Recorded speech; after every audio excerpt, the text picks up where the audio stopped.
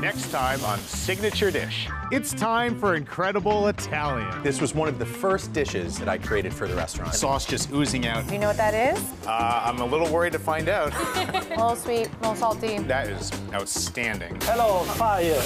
The lobster risotto. Lobster flavor just exploding. I'm Seth Tillman, looking for the one thing you just gotta try, that signature dish. On WETA PBS. It's time to wrap up this Italian journey, and where better than DuPont Circle? Home to the neighborhood mainstay Al Tiramisu. I'm from Lago Negro, Basilicata, Italy, which is the south of Italy, and grew up in a farm with an average of 150 cows, 250 goats. Food was a way of living every single day, always working. And that's what made who I am today. Food in Italy, it's our national anthem. I mean, look at myself. I like to say that I have a past on my skin. You are among the Italian, you always end up to talk about food. How your mother makes this, how we do this for Christmas. So food has been in our culture, in our DNA since the beginning of the creation. Tiramisu opened in '96 on DuPont Circle. Tiramisu plays an important role for the community, and the community support us. And the beautiful thing is that people who met here or have the first date here, now I see their children who bring their first date over here. For these people, tiramisu, it's a part of their life. So it belongs to them and not to me anymore.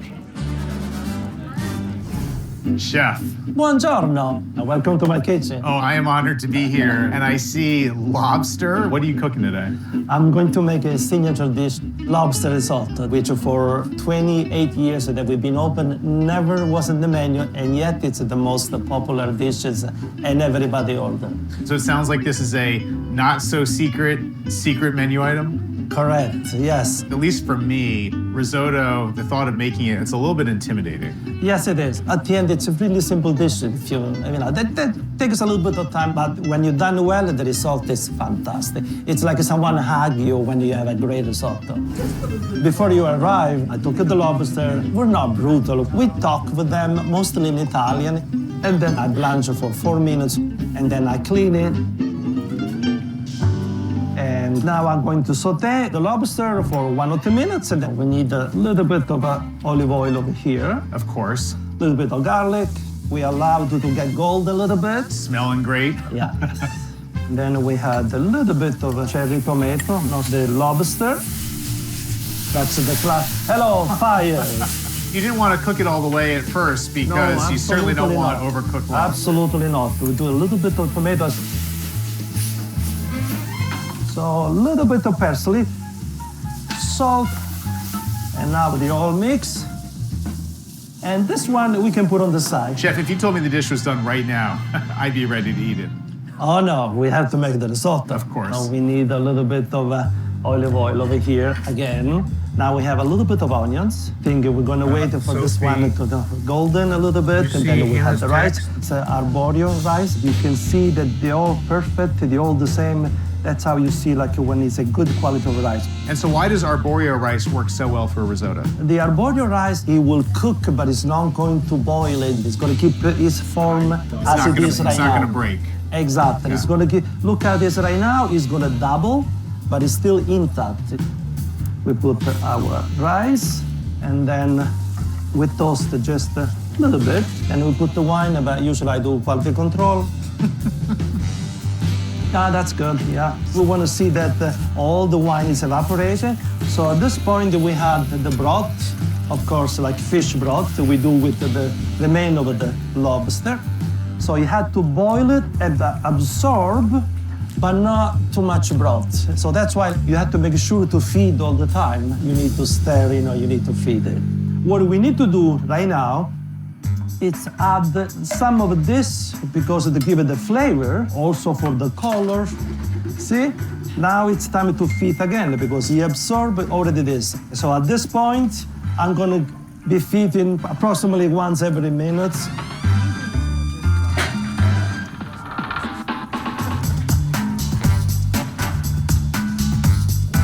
So we are at a turning point, and you can see also the volume of the rice is almost a double right now. Oh yeah, those grains are getting nice and plump down there. Oh yeah, I can see. Yes. You're starting to feel good here? See? I can feel good, yes. If you get it closer, you can actually sound different. Oh. I don't want to make a peep. I think we are there. See? Before it was like every grain would go on a different direction. So now they're more united. There's a lot of happiness in that Yes. We reduce a little bit the fire. I'm gonna add just a little bit of a butter. And so now we stir a little bit, mantecato. That's what we say in Italian. So like you stir it fast and you see it's gonna be creamy. The starch is coming up. pot. And the starchiness is what's really going to give it that creamy texture. Correct. Yes. The butter is just like a get things together. What a show. I love it. See, one last to try. No, I'm not gonna put any. It's perfect. You see, now they're all together. I was intimidated to make risotto before, and watching you, I'm still just as intimidated. No. Okay, now we are ready to plate. First, I'm gonna lay the risotto on the plate. Then I would put the meat on top, the clock right in the front, and then I will add the tail and the head. And that's the lobster risotto, the Al Tiramisu signature dish.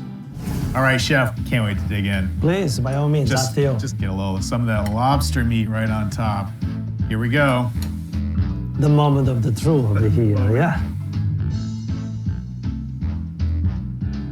Molto bene. Buonissimo. Okay. I mean, I just had that rice. I haven't even had a bite of the lobster meat yet, but it is so creamy. I mean, you would think that there's a pint of cream or a pound. And we didn't put any. pound We of just butter. like a saute at the end, stirring fast, that all the starch came up. Oh, and having a bite of the lobster meat, so perfectly cooked. Thank you. And the grains of rice, every time you take a bite, you just get that little burst lobster flavor just exploding into your mouth. And that happened because you feed a little bit, rather than boil the rice. And that's the technique for risotto to have this kind of result. Time well spent. Thank you. Chef, I love this space.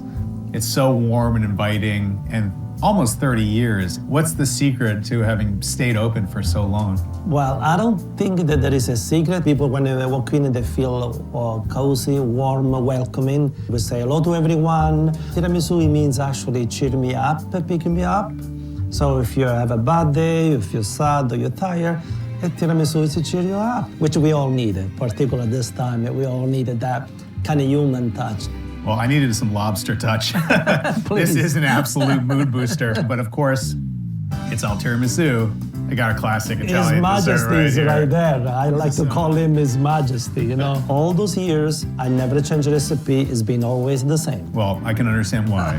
Both knockouts. We use a good quality of espresso and mascarpone cheese. That's basically what makes a good tiramisu. I need to double check if it's okay with you. So Oh, yeah. Well, I mean, just you to know, make it. I mean, not that I want. It's just like a quality control. you have to do it. Yeah. You have to do it. I understand.